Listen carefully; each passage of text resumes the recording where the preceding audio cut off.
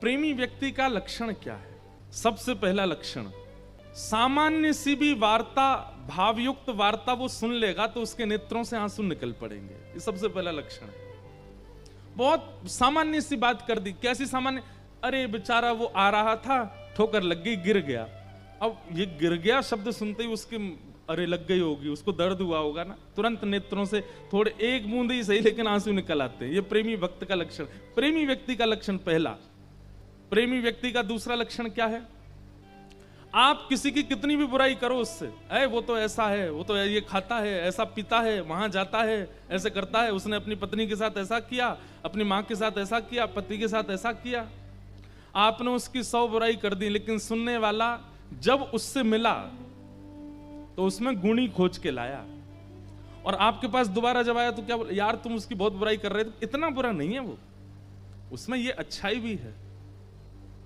प्रेमी व्यक्ति का कैसा स्वभाव कि वो अत्यंत दोषयुक्त व्यक्ति में भी गुण देख लेता है। प्रेमी व्यक्ति का तीसरा स्वभाव क्या है? वो बहुत सहज है, जानता सब है, उसको सब पता है, क्या गलत है क्या सही है, सबसे युक्त है, लेकिन फिर भी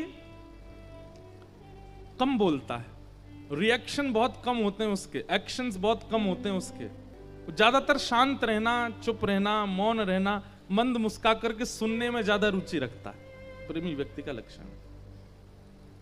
अच्छा एक बात कहें आपको, शास्त्रीय बात है, अगर किसी व्यक्ति में आपको ये लक्षण दिखने लग जाएं तो ये समझ लेना ये उसका अंतिम जन्म है। आप कहेंगे किस आधार पर आप ये बात कह रहे हो? हम इस आधार पर कह रहे हैं कि हमारी जो आत्मा है ना, शरीर के भीतर निवास करने वाली, वो जब बहुत जन्म ले लेती है, वो बहुत दुनिया देख लेती है, 7 जन्म उसके पूरे हो चुके, कितनी योनियों में वो भटक चुकी, सब जगह जन्म लेते लेते लेते लेते लेते सब कुछ देखते देखते उस आत्मा का इतना अनुभव हो जाता है कि वो जब अपने अंतिम जन्म की स्थिति में आती है तो बहुत सरल हो जाती है, बहुत सहज हो जाती है। उसको पता है लड़ने से कुछ नहीं होना। पिछले जन्म में लड़के देख चुकी हूं मैं, पिछले जन्म में क्रोध करके भी देखा है, पिछले जन्म में झगड़ करके भी देखा है, सब चीजों के प्रति हट करके भी देखा है। अंतिम जन्म में वो सहज हो जाती है, सरल हो जाती है। तो एक साथ बहुत सारे गुण यदि किसी व्यक्ति में दिखने लग जाएं, और उसमें भी प्रिय गुण, प्रेमी गुण, समझ जाइए उसका अंतिम जन्म है। श्रीमद् भागवत प्रेमी बनाती है।